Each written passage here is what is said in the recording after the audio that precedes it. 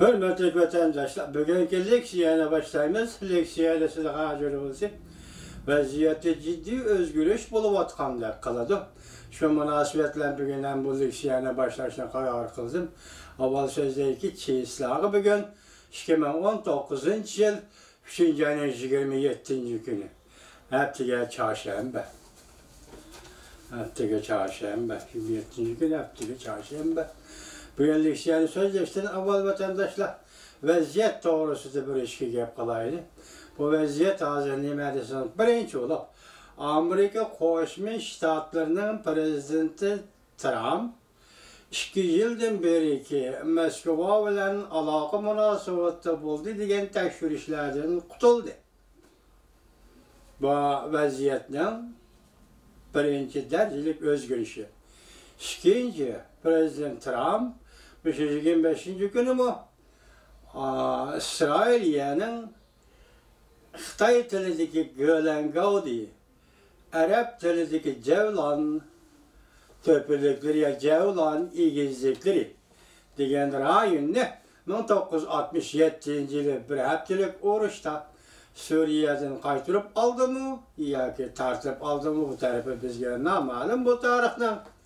Fakat Amerika Koşmuş Ştatları bu zaman İsrail'e ilgili hukuk yürgüzdü dedi. Dəstəbki Tel Aviv'den payitaht Yerusalim'e götürüş. Tel Aviv'den Amerika Koşmuş Ştatlarının el çıkarısını Yerusalim'e götürüş. Bu işgal siyaset Otur şerhte zor özgürlüş peyda kıl dediğimizsek bu hazırca. Lakin otur şerh siyaseti de Amerika Koşmuş Ştatlarının bu siyaseti özgürlüş bulup atkanlığını görürsün ben. Enliktikazı aldığımız 4. ayının 3. günü Cumhur'un söhbet vekilleri Washington'a girdi. 3. ayının 27-28. günleri Amerika'nın söhbet vekilleri Beijing'e vardı. Degen gepler oturuğa çıkan idi, belgelengen belki. Hazır gılpalı görüp kaldım. Xitay berge vədisi yeni oldu. Söhbet ötküzülendi kandak degen sual koyuluptu.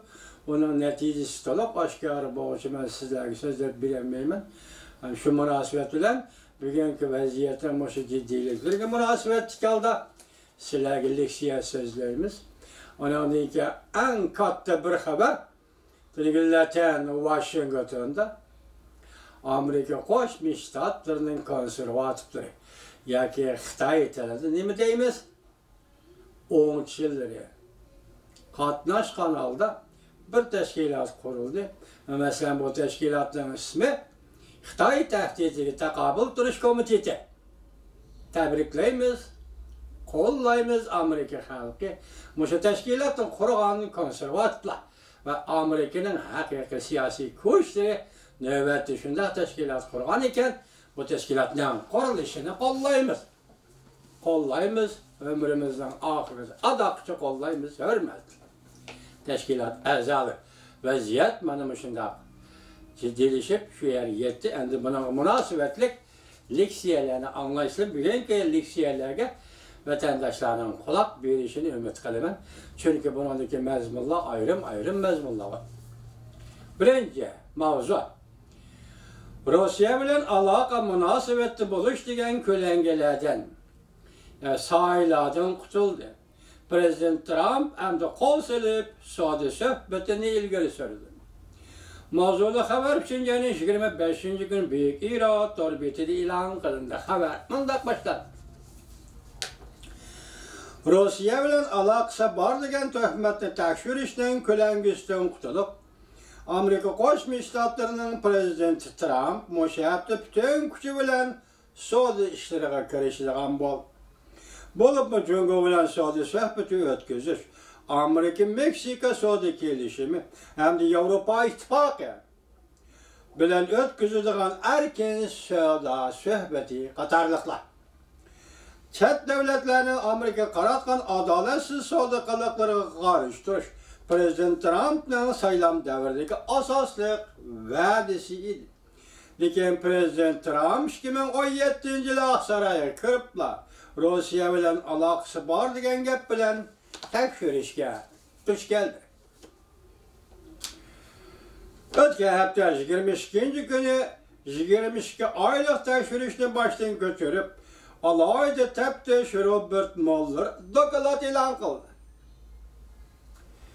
24. yıl Adliye Ministeri William Barr umumi tekşürüşünün kıskısı məzmunlarını ilan kılıp mındaq ko'rsatdi. Prezident Trump ve Prezident Trump'ın saylam gruppası 2016 yıl ötküzülgen çoğun saylam arasında Rusya hükümeti bilen ortaklaşıp suikast planlap çoğun saylamga ta'sir ko'rsatganligi to'g'risida hech qanday fakt yo'q. Hamda Prezident Trump adliya tartiblari adolatiga to'sqinlik qiladigan jinoyatni sodir qilgan emas. Vesselam. Prezident Trump 2020 yıl yana qayta prezident bo'lib sayılış yo'liga qadam tashlashga tayyorlik qilayotgan bir paytda Amerika Adliya Ministerligining bu qarori dal vaqtida yetib keldi. Müşahap Rusya bilan aloqada bo'lib cho'ng saylanma ta'sir ko'rsatdi degan tuhmatning ko'langisi, yoki vaqaning ko'langisi ne qutulgan Prezident Trump o saylam davridagi va'dasiga texmi e'tibor berib, Amerikani qudratli Amerikani qayta qurish, savdo munosabatlarini qayta qurishni qo'l selib ishlab, har qaysi davlatlarning adil va barobar muomalada bo'lishini talab qildi. Prezident Trump ko'ngil bo'ladigan savdo ishlari tuvanlikcha 28 günü Amerika'nın savdo vakili layihçisi Maliye Ministeri Monichin Beijing'de Jungo'nun muavin veziri Liu He bilan yana bir meydan savdo sohbati o'tkazdi. Liu He 4. ayının 3. günü Washingtonga kelib yana bir meydanlı sohbatga qatnashdi. Prezident Trump bilan layihçisi yaqinda o'xshashlar. Layihchilar Amerika'nın savdo vakili ve savdo sohbat vakillerinin başlığı. Layihchilar yaqinda o'xshashi savdo sohbatida ilgirlash bo'ldi. Bir necha hafta ichida kelishim imzolaymiz, lekin yana bir qancha zo'r masalalar bor. Hal qilishga tegishli deb ko'rsatdi. Prezident Trump bunday ko'rsatdi. Kelishim imzolash qoldirmaymiz. Yaxshi kelishim imzolanishi kerak. Onda men imzo qo'yaman. Sen bize axborotni xabar qilib bunday ko'rsatdi. Savdo kuzatuvchilar bunday hisobladi. Tekshirishdan xalos bo'lgandan keyin Prezident Trumpning qayta prezident bo'lib sayılış fursati ham ochdi. Jungo bilan bo'lgan savdo suhbatida ustunlik foydali o'rinni egalladi. Amerika'da prezident almışni xiyol qilayotgan Jungo'ning xiyollari berbat bo'ldi. Amerika'da saylamda prezidentlar almışadigan ish bo'lsa, men bir kan kushada nafas elib olaman deb o'ylagan bo'lishi mumkin. Xitoy hukumati hozirda nima deydi? Bu hukumatning ham xiyollari berbat bo'ldi. Suhbatda kayniga so'rash, hech kishi shiltishga chorasiz qoldi. Söhbətini kayniga söyləş, yelisini şiltişke çaresiz kaldı Jungo. Əmdə Prezident Trump'ın tələblərinə əstayidil muamele qilishga to'g'ri keldi. Jungo hükümeti əmdə Prezident Trump'ın tələblərinə əstayidil muamele qilishga to'g'ri keldi. Jungo Amerika söhbətində Prezident Trump iki partiyanın qo'llashiga erishdi. Senatör Chuck Schumer mundaq dedi. Agar imzolaydigan kelishim qurilma xarakterlik masalalarni o'z ichiga olmaydi ekan, Demokratlar partiyasi bu kelishimni cheklaydi. Cumhuriyetçilerden Marco Rubio, Jungo tarafından savdo harakatlariga izchil holda qarishtirib kelgan Cumhuriyetçiler partiyasining Avam Palatasidagi a'zosi edi. Demek bugün Avam Palatası olsun, Demokratlar olsun, Cumhuriyetçiler olsun, Prezident Trump'dan Jungo qaratgan siyasetini qo'lladı.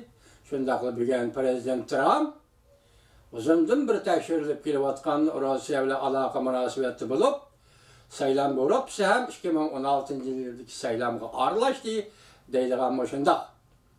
Bir şekildeki tekfirişlerini ahırlaştırıp, bugün Mollar Efendi, William Barr, Adliye Ministeri Jakarıldı ki, her iki taraf cinayet sadır ya hatalık sadır kılan hiç kandak pakit yoktur. Bugün Amerika Birleşmiş Ştatlarının prezidenti yenikleşti. Endi aktif hizmet kirişidu, davatını yukarı haberli.